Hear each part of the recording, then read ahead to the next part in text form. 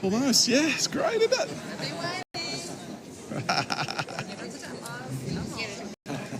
Thank you. So good. Thanks for coming along. Yeah. All right. We better get moving on, I suppose. Hey, everyone. Hi.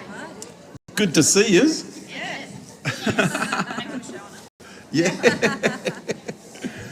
So today we're going to talk about the next phase in human evolution and, what does that look like? What does it mean for us? And so we're going to go on a bit of a journey and a bit of an adventure in this space. Because when we begin to navigate that terrain, our default is to go back to our ideological programming. That's just default. We all do it. We still live through our programs. Some of us have dissolved most of them. Little bits of residue still hanging around in the background, But it's good because, next time they come up, you go, I'm sure I dealt with this.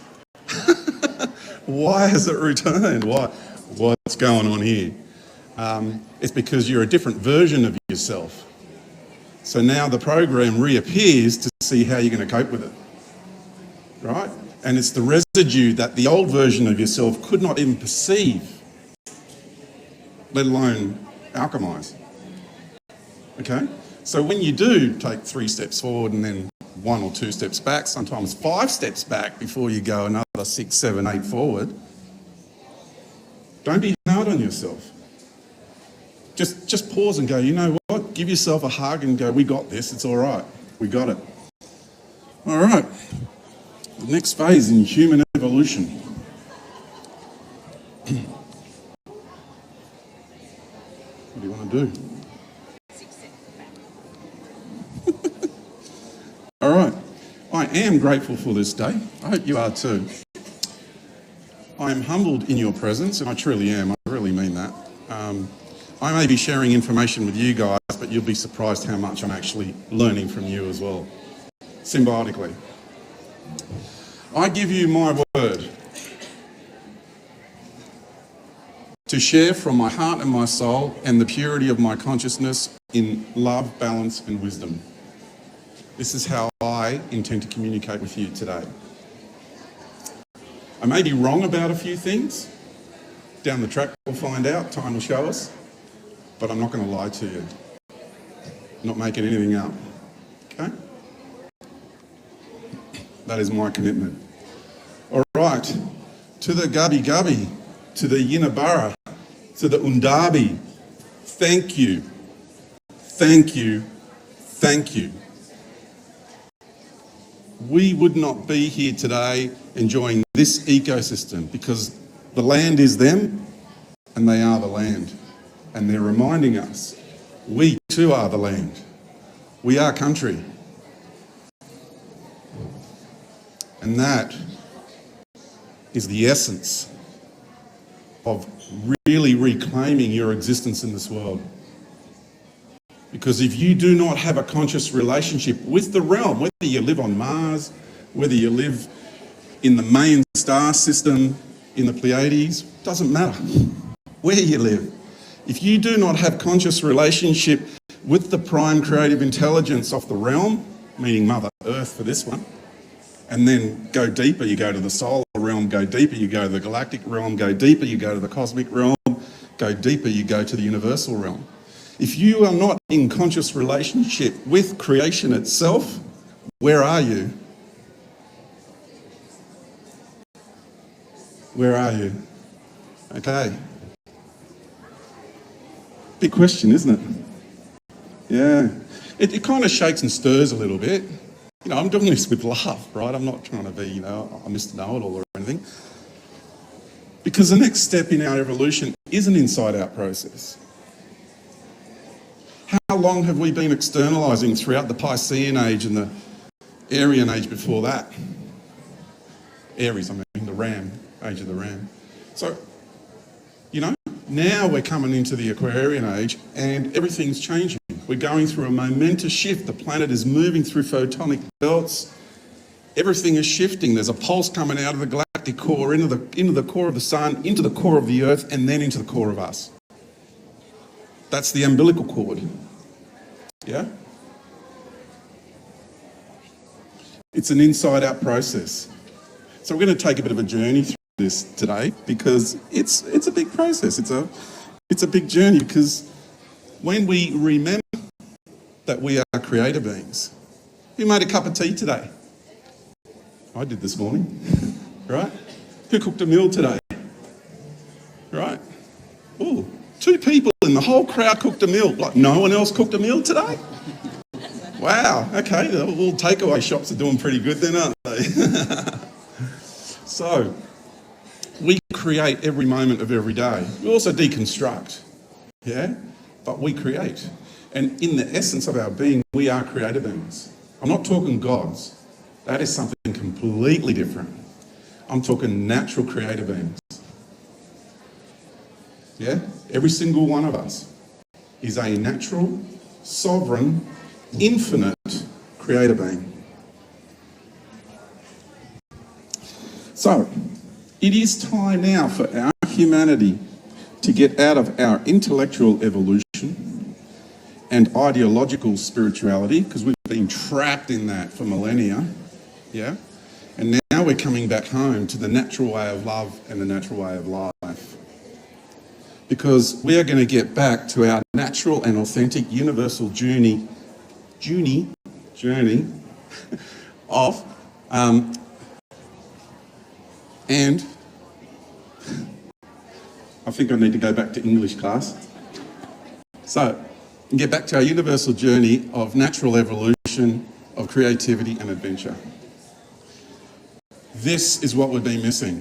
We've been stuck in ideological programs, imperial institutions, imperial narratives telling us who and what we are and how we should be and who and what we should be. And that time has now come to a close.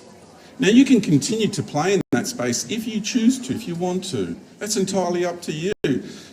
What I'm sharing with you is the natural, organic, evolutionary process that is actually emerging and evolving, and it's a process we are all in. Doesn't matter what you think in your own mind, the fact that you're on Earth, you are in the process. Yeah? And then you get to choose how you navigate your way through that. So nothing what I'm going to share today is dogmatic. Everyone's free to be you. Go, be, do you, wherever that leads you. Follow your soul. And I chose to follow mine. And I agree with this quote, like, so good. Fortunately, some are born with a spiritual immune system. Don't you like that? But sooner or later, give rejection to the illusory worldview grafted upon them from birth through social conditioning. Because we have cultural editors, right? They edit our culture. Did you know that? It's a thing. Like these are people, professional cultural editors. Right. They begin sensing that something is amiss and start looking for answers. Oh, become a truth seeker, right? Inner knowledge and anomalous outer experiences, and wow, have I had those anomalous outer experiences through my entire life, right? Showed me, a side of reality others are oblivious to. They cannot even perceive. They do not see what you see. It's just the way it is, right? And so begins their journey of awakening. Each step of the journey is made by following the heart instead of following the crowd. And by choosing knowledge over the veils of ignorance.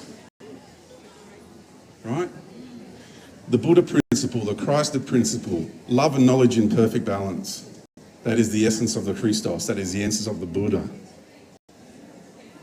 Not the religious narrative that you see in our world today. I'm talking conscious relationship with Christ, conscious relationship with Buddha, and all the other beautiful beings, Muhammad, all these wonderful beings. When Muhammad said, go spread Islam by the sword, which I have on my arm. Hello. See if that's going to work. Hello. Still there. Right? He did not mean going around killing people. You need to understand the symbolism of the sword. Like that's the hidden code of Excalibur and that's the hidden code of the crucifix. So, Helen was the keeper of the sword of Troy. I wonder what that means. What does that mean? Why was Helen the keeper of the sword? And why was the sword sought after so much? Interesting, isn't it? So, what we're going to do is we're going to adventure now more into the inner workings and the inner dynamics of our evolutionary shift. First of all, for us to really comprehend that, it's really good to remember who we are and remember the structure of things to the best of our ability. What I'm sharing with you, I've learned from first-hand direct experience. I'm not a researcher. I read about 10 books my entire life. I've got 2 on my coffee table waiting for me to read. My friend and PA, Stella, gave me a book to read. What was it, about Apollo? Yeah. So I don't read. I could try and train myself to get back into reading, But everything's direct experience. I literally have experienced the universe, infinite nature beyond the universe. I've had all these direct experiences in this lifetime. Okay, so that's where I'm speaking from. What are you looking at? This is what has been mapped out of our local neighbourhood of the universe. So this is a map that has been created. It's not a photograph, right? And the technology we have to map our surrounding galactic realms and cosmic realms is beyond your reckoning.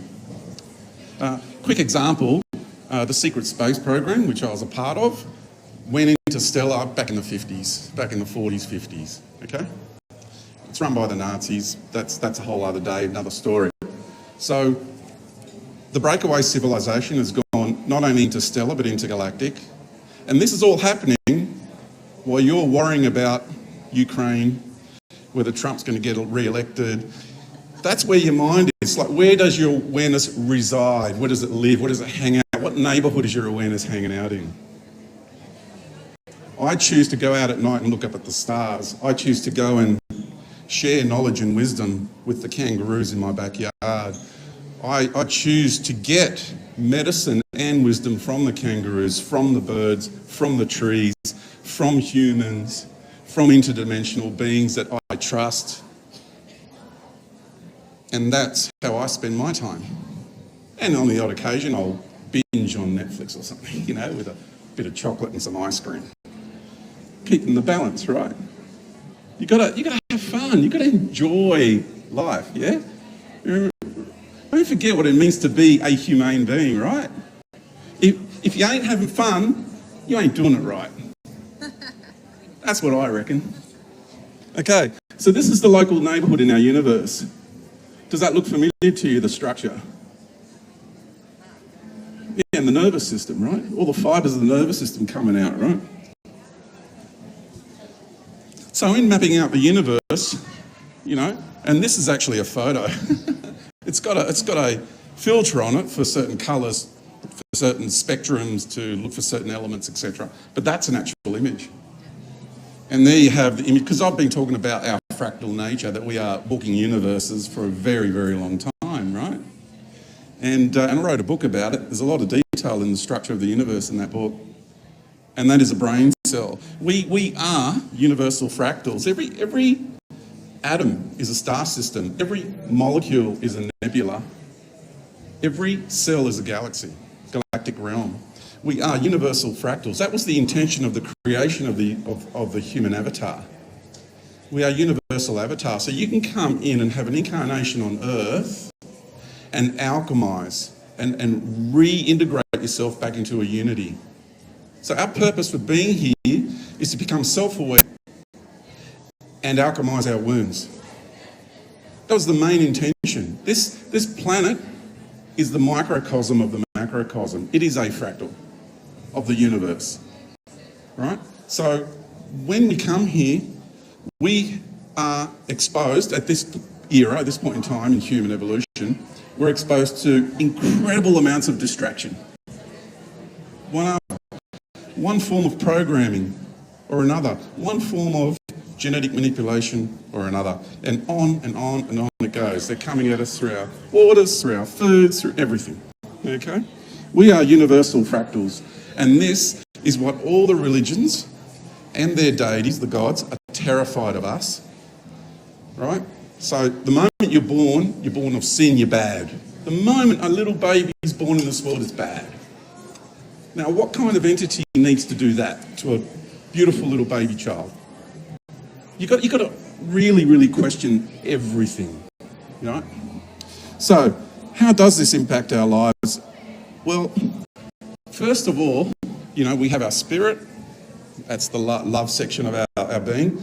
With our consciousness, that's the knowledge, that's the mind energy, universal mind energy, love and knowledge. And then what's the unified expression of that? That's soul. So my experience of soul, my soul, a lot of people put soul very low.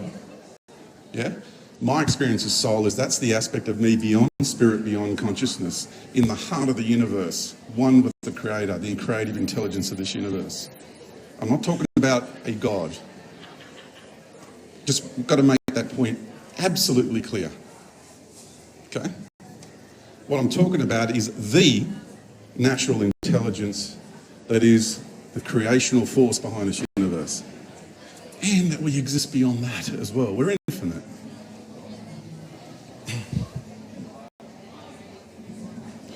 We have in our soul, when you literally just settle back into yourself, just relax back in.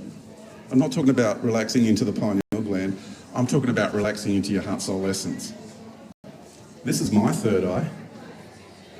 Because in unconditional love, that unified field is all of the love and all of the knowledge. The concept that I can only access universal knowledge through a gland in my head, that did me in. I'm a rebel, right? By heart, I'm a maverick. So that kind of thing really pushed me, because when I experienced the universe, that gland had nothing to do with it. Right? Had nothing to do with it. So we are being told all of these narratives, and where are they coming from, and what are their points of origin. So we're not going to go into that detail today, because that's a whole other energy and a whole other story. But I'm just dropping a little bit in there just to help shake up the belief systems that we have, or the entrainment that our consciousness has had with the narratives that are being fed to us. Okay? The collective human soul is incredible. And when I am in deliberations with certain extraterrestrial groups, certain interdimensional groups, and we're working things out, but beyond the veil, we're working things out, because there's a lot of us incarnated here who are managing the process out there. Yeah? We're multidimensional beings, right? So we're incarnated on Earth, we have incarnations all over the place, right? Now, the collective human soul is something really beautiful, really pure, really clean. Yeah? Now, in that space is the unified field of unconditional love. Unconditional love, meaning pure love, not tainted in any way, shape or form. When we relax back into our soul, it is through our soul we collect to the unified soul. So when I'm in these meetings and all these certain extraterrestrial factions and groups have all these ideas about coming to Earth and saving humanity, right? There's a lot of that going on behind the scenes at the moment. Because apparently we need saving. Because apparently we're all victims. Right? You can't be saved if you're not a victim. Right? Well, sorry, you can only be saved if you're a victim. If you're not a victim, you can't be saved. You don't need saving. Okay? Now, the collective human soul is what we are all connected to. And when I'm in these meetings, I'm saying, have you guys considered including in these meetings Mother Earth herself, the being, the intelligence, the consciousness, the essence, the soul of the earth, and the soul of humanity? Are these two beings, and even the sun, the soul of the sun, right? So that's our local neighbourhood, our local reality construct, yeah? The solar being, that intelligence, manifesting the solar system into being, the earthly being coming inside of the solar being, incarnating as this planet, etc., right? And they don't. They have their imperial ideology, their narratives that they program all of their people with throughout their empire. Then they come here and they're the do-gooders pretending to be the saviours, pretending to help us all. So we're in a space now where that kind of attitude towards us as a species on this planet, that's over. And what we're seeing in our world today is the last push of these imperial vestiges to try and hold on to their power over us, dominion over Earth and humanity. We are breaking out of that. We're evolving. We're waking up. We're growing up. We're coming of age. Yeah? And the one thing the Son said to me, the one thing I'm designed to do, I created myself to do this, yeah, is I promise you, George, that this is what Ilios said to me, I promise you that I will illuminate your shadow. That's what the Son said to me. That's what it's designed to do, that light. Because if you understand the fractal process, that means our sun is all of the light in the universe expressing itself as physical form. All of the light. So your inner sun, and it matches, that's the outer reflection of what we have within us. Your soul is the essence. And I don't mean just the physical sun, I mean also the spiritual nature beyond the sun, right? It's not just a ball of hydrogen gas, etc., etc. It's actually a portal as well, a gateway. So inside of us, we have our soul that is shining from deep within us outwardly, because the time in our evolutionary process is to now illuminate the shadow for us to address what we need to address within ourselves. And there's a distinct separation in the human race happening, a distinct dialectic that's forming. And, you know, Dolores Cannon talked about the split in human consciousness, yeah? It's going to go one way or the other. That split, that dialectic, is forming from this dialectic, and that is humans who are willing to look in the mirror and face themselves and do the inner work, and those who are not. And those who are not are going to buy into all the stories, all the narratives. They're going to get on their knees, they're going to worship gods, they're going to do all these things. They're going to be assimilated into the technological singularity, because that God is imposing itself on our planet right now and is assimilating the human race, a great deal of them, into the technological singularity. Take a phone away from a 12-year-old kid and see what happens. Right? See what happens. Like, this is mind entrainment, this is addiction, this is beyond addiction. It is, you know, what is your relationship with technology like? You know? Does it control you? Can you be without it? Can you go and just sit by a creek for 3 days and just camp out there and just be with nature? Or does that thought make you feel uncomfortable? Because you'd rather be in an artificial environment like this, because this feels better to you. But a natural environment that you are born of and out of and come from, that feels abhorrent to you. So what does that say about our state of being? That our natural ecosystem is now abhorrent to us, and the artificial synthesized ecosystem is what we are comfortable with. So what does it say about ourselves? What does it say about us as a species? See? So these are the inner dynamics and the inner workings of this shift in evolution, because these are the internal processes that every single human being, unless you're in total denial of it, every single human being is going through. Everyone I talk to is going through all of this.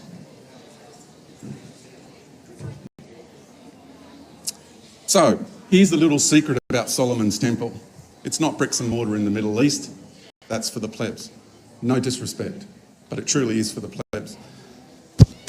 Oh, sorry about that audio. Just peaked the audio. This is Solomon's temple. Your body is the temple that has the soul of your, the soul of man. So it's the soul, the light It's the sun. It's your soul sunshine. This is the temple that holds the light of your soul, which is now emanating outwardly and is designed to illuminate your shadow from within. That is the process. So if you are not interested in looking inward, if you are not interested in looking in the mirror and facing yourself, which is the most difficult thing to do in this world, it's right up there with parenting, right? I'm a parent, right?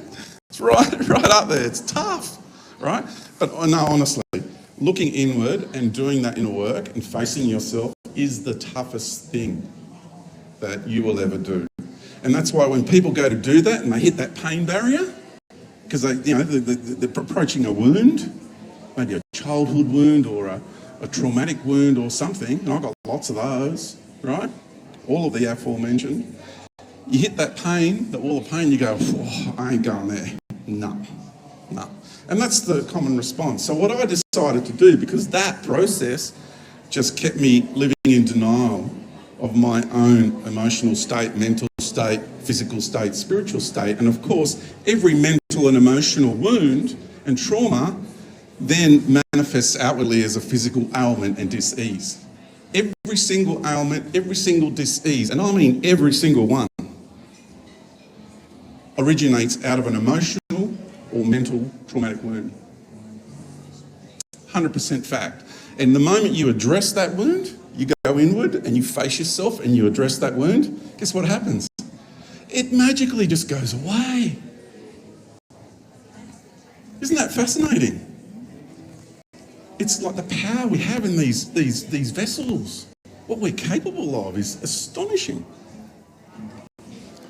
Okay, your inner light is to illuminate your own shadow. We talked about that.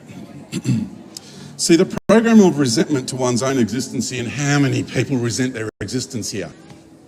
I reckon like 90 to 95% of humans on this planet resent their own existence here, is interlaced with the victim archetype.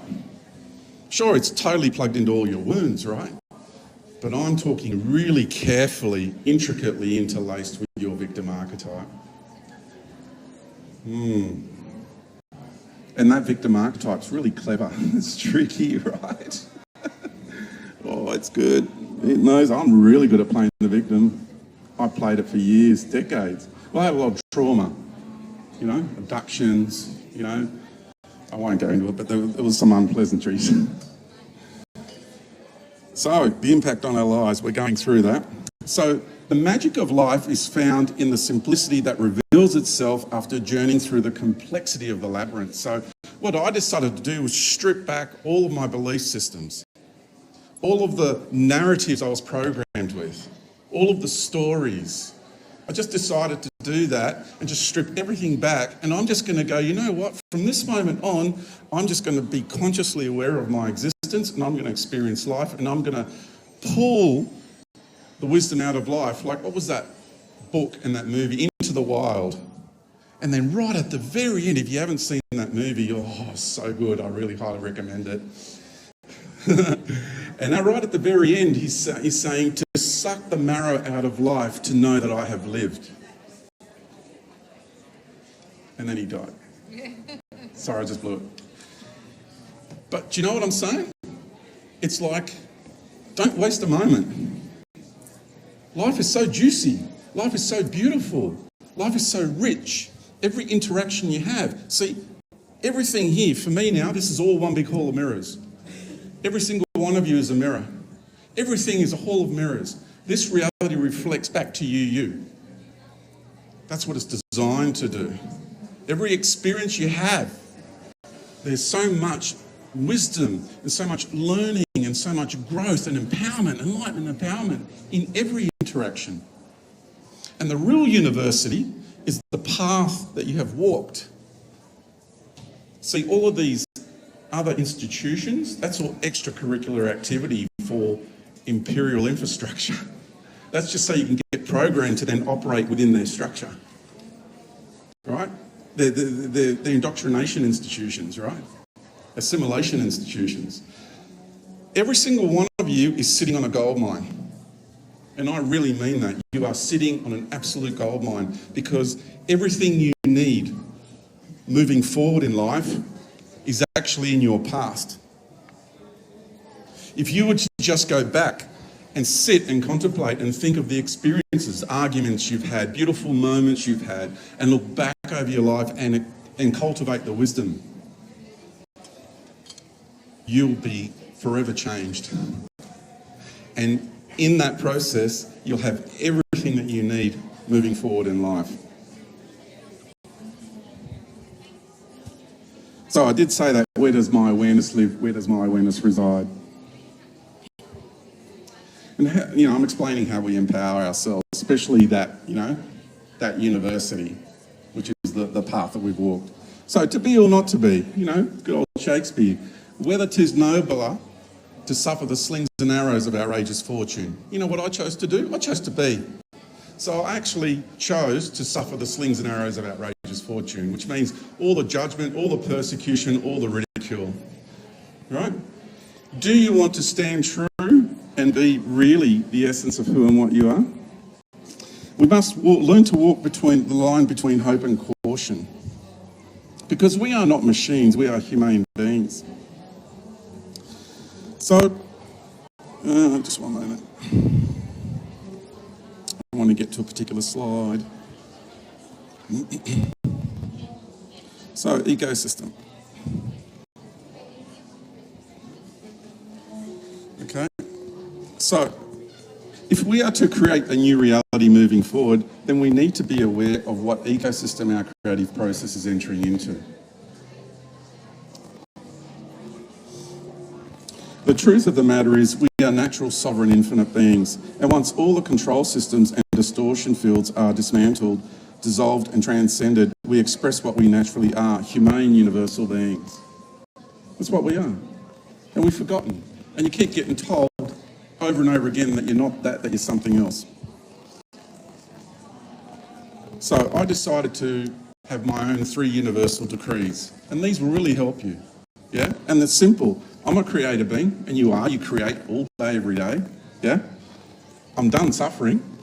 Are you? Are you done suffering? Yeah? I only want what is real. It's simple, isn't it? They'll change your life. You get authentic, you get real about that, and you say that from your heart and your soul, and you really mean it, they'll change. Simple, isn't it? Strip away all the complexity. So genuine reality management, because I'm talking now about how do we create the new. We're creative beings, how do we create the new reality moving forward? Because that's part of our evolutionary shift. Genuine reality management can only occur from a place of conscious relationship with reality itself. I did mention that earlier, right? How can you manage reality without even having any clue about the ecosystem we've seen that over again with corporations, with mining companies, with fracking that's going on, etc., etc. Zero conscious relationship with nature itself and the planet and the collective human soul. No regard for that whatsoever. And the genuine true nature of reality is founded in unity originating from the heart of our existence. So that's the essence of it.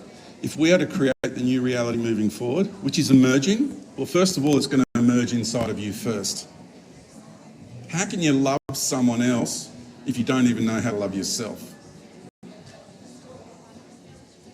So the new reality has to emerge inside of you first. And that's what I've been talking about.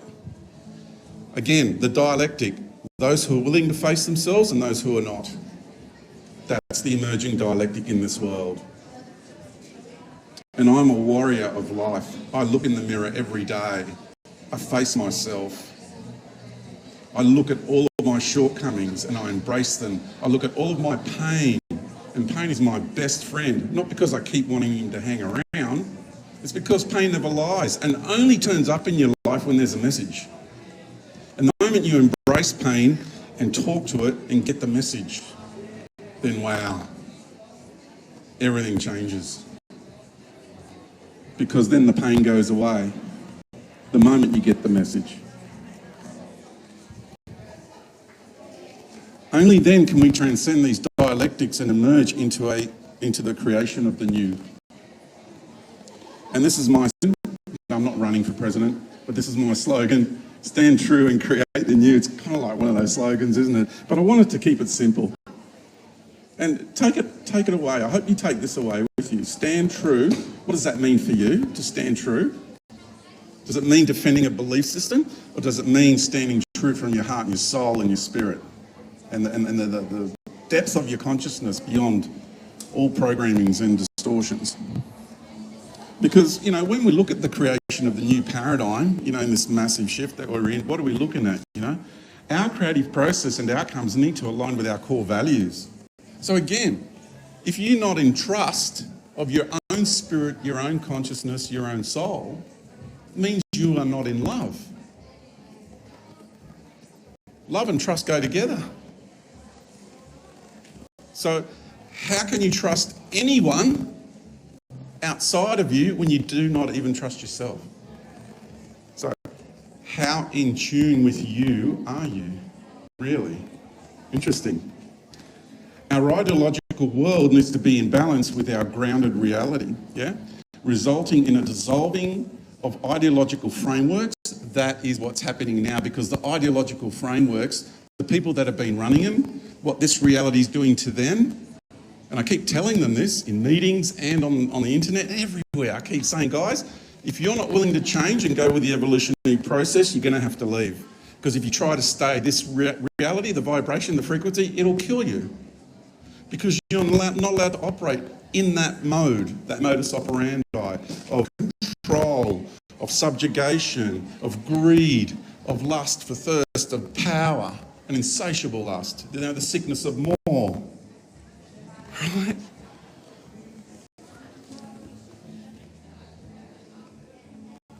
And so dissolving ideological frameworks and an ushering in of conscious relationship with reality itself.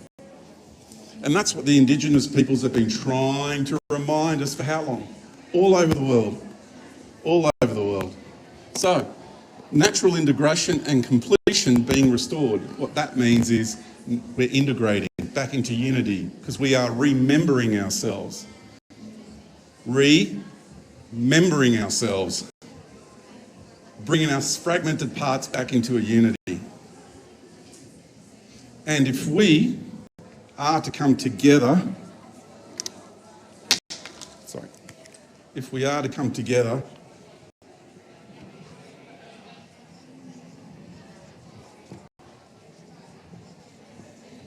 if you do not understand who you are incarnated upon, we do not come together. You do not come together.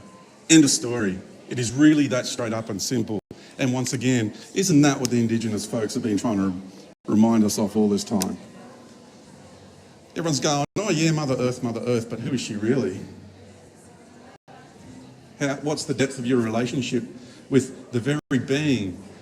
That relationship that you have with this being, this planetary being, is why you exist here. Do you grasp that concept? You have a soul agreement with this planetary being to come to this planet, specifically this planet, and have an incarnational experience on her body.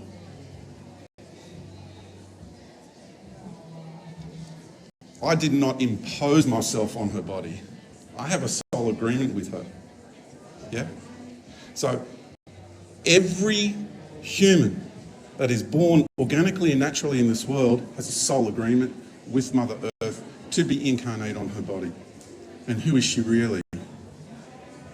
She is the universal mother, the feminine archetype, the mother archetype of the universal intelligence that has personally incarnated as this planet, because it's her responsibility as the universal being to hold this planetary womb, a fractal of the entire universe expressing itself in one planetary location. That's why the biodiversity in our world is more dense than any other planet in the universe. And that's a fact of reality. And I've seen a lot of worlds, both in this time and many others. in this lifetime, many others. Okay, so we need a healthy relationship with technology. Oh, completion. So we're completing a very long journey, and we're completing an integrative process back into unity. So I'm not here to ascend. I'm just being honest, right? I'm not here to ascend to the fifth dimension. I used to have that ideology, but I'm not here to do that. I'm here to integrate into a unity on a universal scale. I'm going back home. What you choose to do is entirely up to you, but I'm not interested in being relocated from one paddock to another. And I lived in cropping and grazing lands for 30 years of my life. Healthy relationship with technology, that really does need to change. That really does need to change, because the technology we're using is binary electromagnetic technology, silicon and carbon, which is our two base elements. So they're using electromagnetic energy to interface via the carbon in the technology, and it interfaces better with our brains, with our minds, with our bodies, with everything. Plugs right in. So we're moving beyond that technology, and that's coming really soon. And I wanted to get to that, but I may not have time, but it's an inside-out process. I will get to that. I've jumped a few things. So, I love that, right? Let them judge you. And that's what I've done. You know, want to know a big secret? Vulnerability is where the real power resides. What is the worst nightmare for a control freak? Vulnerability. I can't handle it, right? I love being vulnerable. Do you know why? I pull my heart out. I wear my heart on my sleeve. I speak straight from my heart, my soul, my consciousness. I just let it out. Why? Because I get to see where everyone around is at. You get to see who tramples on your heart. You get to see what people do with how you express yourself. So why should I be fake? Why should I put on a mask for someone? I just want to be me. Yeah? I'm not going to be belligerent. I'm certainly going to act from love, honour and respect. Yeah? But I'm going to be authentic and real. That's for sure. You'll get that every time with me. So let them judge you every time you get to be authentic and real. Just let them. Let them do that. Be vulnerable and just sit back and watch the show. Don't be afraid of being vulnerable. It's where the power is, right? Let them misunderstand you. Let them gossip about you, right? Their opinions aren't your problem. What other people think of you is none of your business. It's none of your business. It's their thoughts. If you're worried about this thing called reputation, that means you're this festering issue of worrying about what everyone else thinks about you. Because that's what reputation is. Other people's thoughts of you. Okay? So you stay kind, committed to love, and free in your authenticity. I'm free. I'm like Mel Gibson in Braveheart. You know? It doesn't matter what they do to this physical body, and this body's been through a lot. And I mean a lot. Yeah? No matter what they do or say, don't you dare doubt your worth. Don't you dare. Because your genetics, our genetics, are the most prized commodity in the universe. And you've got all these races with all the hybridization programs, and they're doing so much in the background to try and achieve what we're achieving naturally. They want what we have. And they're trying to do the same thing, achieve what we're achieving. They want to get it off the back of a cornflakes packet. Because they do not have the courage to incarnate as a human being on planet Earth.